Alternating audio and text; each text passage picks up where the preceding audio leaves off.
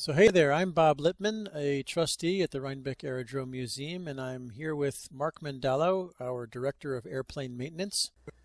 And we're standing in front of a very unique airplane. This is a 1909 Bleriot 11, just like the one that crossed the English Channel. It didn't fly much last season. We need to get it fully restored for 2022. There are a few issues with it, so I have Mark with me here today to talk about what we need to do to get this plane flying again in our Pioneer Air Show. That's right, yeah. In order to fly in the 2022 season, we have a list of things that the Bleriot needs to get it back into tip-top shape. The biggest is really recovering the airplane with new fabric. It is a more than 100-year-old airplane, but every so many years, fabric airplanes need new fabric. The fabric wears out over time.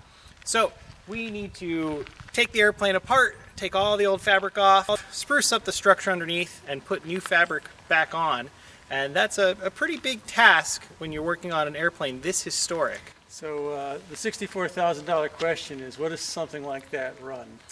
Well, we're hoping to be able to do it either this winter or during the spring.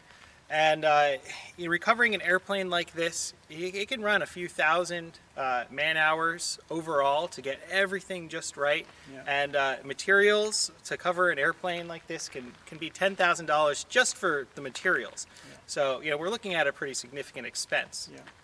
How did the aerodrome come to own this wonderful plane?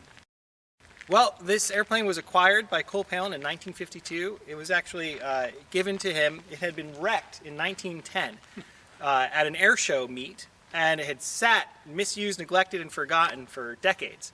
And Cole eventually acquired it and rebuilt it to flying condition in really a short period of time. And he flew it for the first time at Stormville Airport, and really astounded all the people at the airport, to see Cole flying this airplane.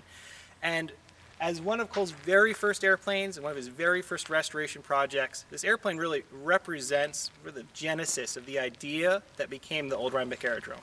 And I think this airplane was actually manufactured in France Yes. at the Bleriot factory, and it's got the serial number on it, number 56. That's right. Yeah, it makes it the oldest flying airplane in North America and the second oldest flying airplane in the entire world. Yeah.